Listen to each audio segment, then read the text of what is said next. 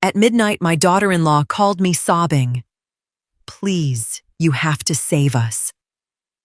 We're going to lose the lake house." I thought I was helping my son's family secure their dream home. 24 hours later, I realized exactly what they thought my generosity was worth. I never expected my quiet retirement in Oregon to be disrupted by a frantic midnight phone call. My son Mark sounded completely panicked on the receiver, while his wife Sienna was sobbing so loudly in the background that I could barely hear him. Sienna grabbed the phone and practically screamed into my ear, begging me to save them. She pleaded that they found their dream lake house near Lake Oswego, but their loan application hit an unexpected wall at the absolute last minute. She swore they would lose their earnest money deposit and their future happiness if I didn't step in immediately to buy it outright. I am a retired structural inspector, 64 years old, and a widow who values financial prudence above all else. I didn't make a reckless decision. I agreed to purchase the property entirely in my name as a sole legal owner. I saw it as a generous family investment where they could live while paying me monthly rent to cover property taxes and maintenance. Within 3 weeks, the title was clear, the funds were transferred from my savings, and the keys were officially handed over to me. I felt a deep sense of maternal satisfaction, believing I had provided a stable foundation for my son's young family. However, the very next afternoon, I drove out to the lake house with a trunk full of basic tools to check the water heater valves. When I pulled up the gravel driveway, I noticed a silver sedan parked in the primary spot. I walked up the front porch steps, pulled out my master set of keys, and inserted the brass key into the front deadbolt. The lock didn't turn at all. The cylinder was completely stiff and newly installed. Before I could process what was happening, the front door swung wide open, revealing Sienna's mother, Evelyn, standing inside with a fresh set of shiny silver keys dangling arrogantly from her fingers. Evelyn didn't offer a greeting or invite me inside the house I had purchased 24 hours earlier with my life savings. She merely tilted her head, adjusted her cardigan, and informed me that the locks had been changed earlier that morning for security reasons. When I asked why I hadn't been given a key to my own property, Sienna emerged from the kitchen carrying unpacked boxes. She smiled weakly and explained that her mother needed complete, unhindered access because she was managing the interior decoration and supervising contractor visits. Sienna then looked me dead in the eye and said her mother had the only spare key because too many sets would create confusion. I stood on the porch, feeling a cold wave of realization wash over my chest, though I kept my posture perfectly rigid. My son Mark walked out from the hallway, avoiding direct eye contact while nervously scratching the back of his neck. He mumbled that Sienna's idea made sense for now, suggesting I didn't need a key since I lived 40 minutes away in my suburban bungalow. They treated me like an intrusive landlord rather than the mother who had just saved them from financial embarrassment. I didn't raise my voice, drop my toolbox, or engage in an unproductive emotional argument on the doorstep. Instead, I calmly asked Sienna if her mother planned on paying the upcoming county property tax assessment alongside her decorating duties. Sienna laughed off the remark as a joke, but I simply nodded, turned around, and walked back down to my car. As a former inspector, I knew that structural integrity isn't just about foundation beams. It's about boundaries. On my drive home, I decided not to throw a fit, but I immediately canceled the joint home insurance policy draft I had prepared for them. If they wanted complete operational control of the lake house, they would have to face the cold reality of its actual running costs. On Monday morning, I didn't call Mark to complain about Evelyn keeping the only spare key to the lake house. Instead, I altered my daily routine entirely, driving straight to my local bank branch in downtown Portland, rather than my usual garden center. I met with my longtime financial advisor and formally restructured the payment terms regarding the lake house property management. Originally, I planned to let Mark and Sienna pay a discounted internal family rate covering only basic municipal utility bills and minimal upkeep fees. I revised the agreement into a formal binding lease draft reflecting full market value, rental rates, standard commercial terms, and strict tenant obligations. Later that evening, Mark stopped by my house alone under the pretense of dropping off my mail from last week. He sat at my kitchen island, nervously tapping his fingers on the granite counter while sipping a glass of iced tea.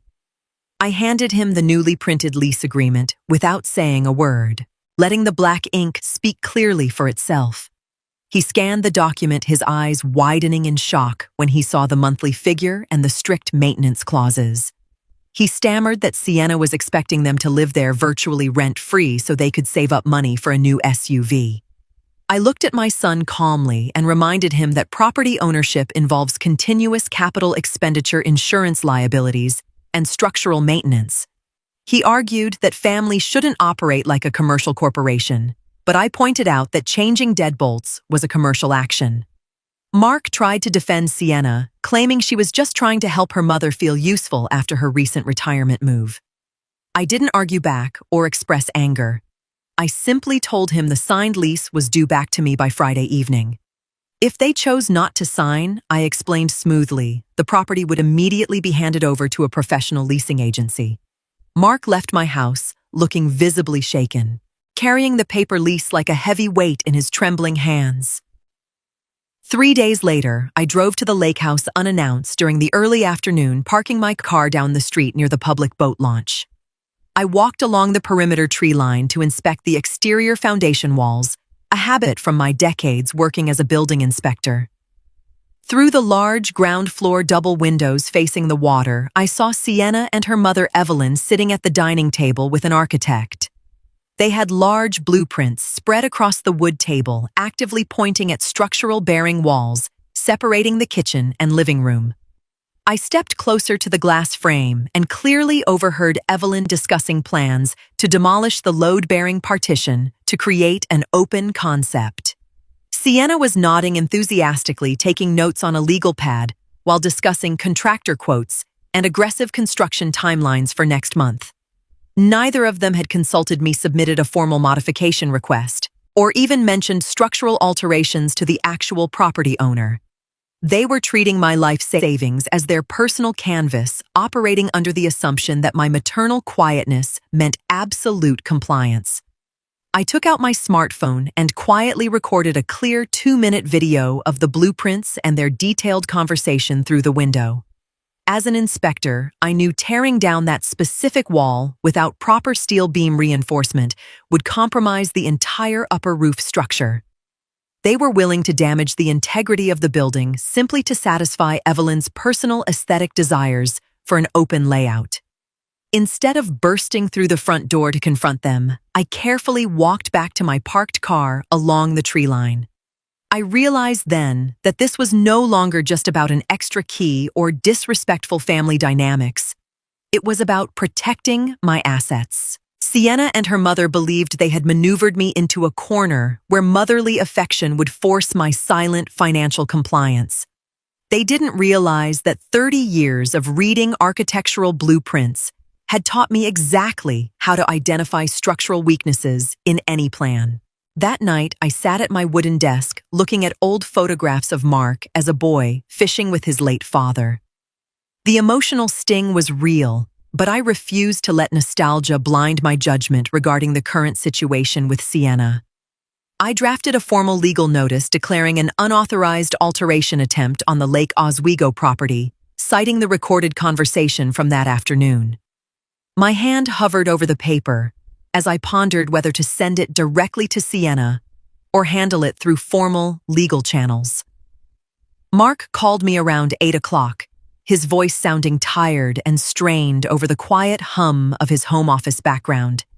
He asked if I could come over for dinner on Sunday, framing it as a peace offering from Sienna to clear the air. I accepted the dinner invitation calmly, but I made a quiet, firm decision not to bring the unsent legal notice with me. Instead, I spent the rest of the evening organizing all original purchase receipts, title deeds, and inspector reports into a single fireproof folder. I also contacted my former colleague, a licensed master locksmith, who ran a commercial security firm in the city, scheduling him for Monday. If Sienna and Evelyn believed that possessing the only spare key gave them absolute operational authority, they were gravely mistaken about legal reality. I went to bed early, sleeping peacefully, because I was no longer reacting out of hurt feelings or surprise. I was operating with a clear, methodical strategy, treating the lake house as the legal entity and investment property it actually was.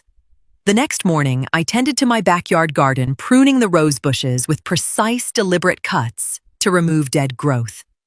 When you allow overgrown branches to take over a garden, they eventually choke out the healthy plants that actually sustain life. The same rule applies to family relationships that lack clear, enforceable boundaries regarding respect, honesty, and financial responsibility. Sunday dinner at Mark and Sienna's rented apartment was an exercise in carefully calculated politeness and subtle social manipulation. Sienna served roast chicken, constantly filling my wine glass, while praising the lake house's natural light and beautiful morning views. Evelyn was also present, sitting across from me, casually dropping comments about how much work the property still needed to be livable. She mentioned that the kitchen felt claustrophobic and that any modern homeowner would immediately tear down the main dividing wall to add value. I cut my chicken smoothly chewed slowly and didn't offer a single word of agreement or disagreement to her suggestive remarks. Sienna then brought up the unsigned lease agreement I had given Mark, laughing, as if the high rental figure were a funny misunderstanding. She suggested a revised arrangement where they would pay a fraction of the market rate in exchange for improving the home's value. Mark sat silently between his wife and mother-in-law, staring intently at his plate while pushing his vegetables around with his fork. I set my fork down, dabbed my mouth with a linen napkin, and looked directly across the dining table at Sienna. I asked her calmly if she had obtained any professional engineering assessments before deciding to remove load-bearing walls in my house. Sienna froze mid-sentence, her smile faltering as she exchanged a quick, nervous glance with her mother across the table.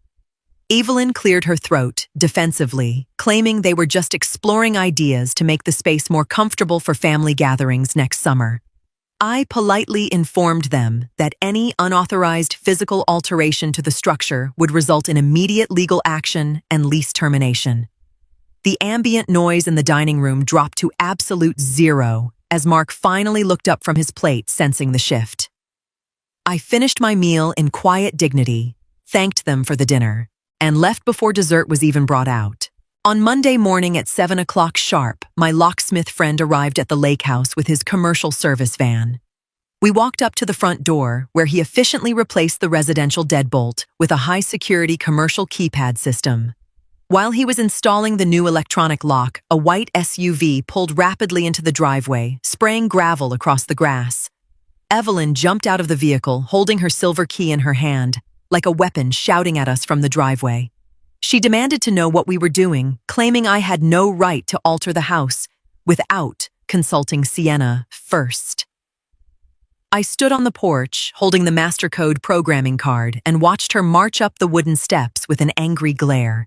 She asserted that Sienna had given her exclusive management rights over the lake house during its renovation phase for the family's benefit. I looked at her with a steady, unblinking expression, noting how her entitlement had completely blinded her to basic, legal property ownership. I informed her that her silver key was now completely useless and that she was currently standing on private property without permission. She threatened to call Mark, immediately whipping out her smartphone and dialing his number on speakerphone right in front of me. When Mark answered, his voice sounded frantic, caught entirely off guard between his angry mother-in-law and his mother's resolute stance. Evelyn yelled into the phone that I was changing the locks and treating her like a common criminal on the front porch. Mark tried to mediate, stammering that we all needed to calm down and discuss this over the weekend like a normal family. I took the phone from Evelyn's hand, placed it against my ear, and told my son that the games were officially over. I gave him 24 hours to decide whether he was a tenant signing a lease or a spectator watching his family implode. Mark came to my home late Tuesday evening, looking physically exhausted, with dark circles visible under his bloodshot eyes. He sat on my living room sofa, putting his head in his hands, as he explained the unbearable pressure he faced at home. Sienna was refusing to speak to him unless he forced me to hand over the new keypad access codes to her mother. Evelyn was constantly in their ear, framing my actions as those of an unhinged, controlling mother-in-law trying to destroy their marriage. Mark begged me to compromise, asking if I could just give Sienna one code so they could feel like it was their home.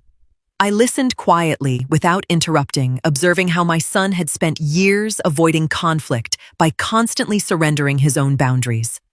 I asked him directly why he felt comfortable asking his mother to surrender her property rights to appease his mother-in-law's ego. He had no answer. He simply stared at the hardwood floor, realizing the fundamental unfairness of the demand he was making. I pointed out that he had never stood up for me when Evelyn changed the locks on the very first day. He admitted that he was afraid of Sienna's temper and had hoped the situation would resolve itself without his direct intervention. I told him that passivity is a choice that carries real consequences, especially when financial and legal responsibilities are involved in business. I handed him a final draft of the commercial lease agreement, along with an official notice to vacate if unsigned by Friday. He looked at the documents, realizing for the first time that I was fully prepared to enforce every legal boundary available. There was no anger in my voice, only the absolute clarity of a parent who refuses to enable a child's weak behavior. Mark tucked the papers into his jacket pocket, stood up slowly, and walked out into the cool night air without another word. On Friday afternoon, I arrived at the lake house for the final scheduled meeting with Mark, Sienna, and her mother, Evelyn. The air inside the living room was thick with tension as we sat around the bare wooden dining table in silence. Sienna handed me the lease agreement, but it was completely unsigned, accompanied instead by a list of aggressive tenant demands they wrote. She declared that they would only sign if Evelyn was granted permanent access and full authority over all interior design modifications. Evelyn sat beside her with her arms crossed tightly, nodding in firm agreement as if she held all the leverage here. Mark sat at the end of the table silent, but his face showed he was no longer going to hide behind excuses. Sienna looked at me smugly, believing that my maternal desire to keep Mark close would force me to accept their modified terms.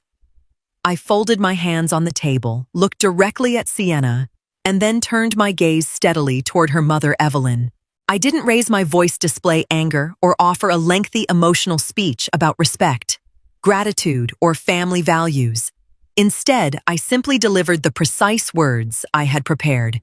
If your mother is holding the only key and managing this property, has she prepared a cashier's check for the $450,000 I spent buying it? Or should I list it with a real estate agent on Monday morning? The room went dead silent as the sheer weight of my questions settled over the three of them like heavy granite. Sienna's smug expression instantly collapsed into absolute shock. She looked at her mother, whose face turned completely pale without words. They realized in that single, undeniable moment that their perceived leverage was nothing more than an arrogant illusion built on my generosity. By Monday morning at 9 o'clock, a commercial real estate agent from Lake Oswego had officially placed a "for sale" sign on the front lawn. Mark had called me late Sunday night to apologize, admitting that my direct question had forced him to see the truth clearly. He realized how much Sienna and Evelyn had manipulated the situation using my financial generosity while denying me basic respect as an owner. He didn't sign the lease, choosing instead to move into a modest apartment closer to his workplace to regain his independence. Sienna was furious about the public sale of the lake house, but she had no legal standing or financial means to stop it. Evelyn completely withdrew from the situation, unable to face the reality that her attempt at controlling my investment had failed so spectacularly. The lake house sold within 3 weeks for $20,000 more than my original purchase price, due to the hot local market. I reinvested the entire capital sum into a diversified dividend portfolio that provides a steady, reliable monthly income for my retirement. My relationship with Mark is slowly rebuilding on entirely new terms, grounded in genuine respect rather than passive financial dependence or guilt. He visits my suburban bungalow on weekends, helping me maintain the garden without any underlying expectations of financial handouts or favors. I still enjoy my quiet mornings on the back porch drinking coffee while reading the news as the Oregon rain falls softly outside. Setting firm boundaries didn't destroy my family. It simply removed the structural weaknesses that were threatening to collapse it from within. I no longer hold keys to places where I am not respected, and my financial future remains entirely secure under my own control.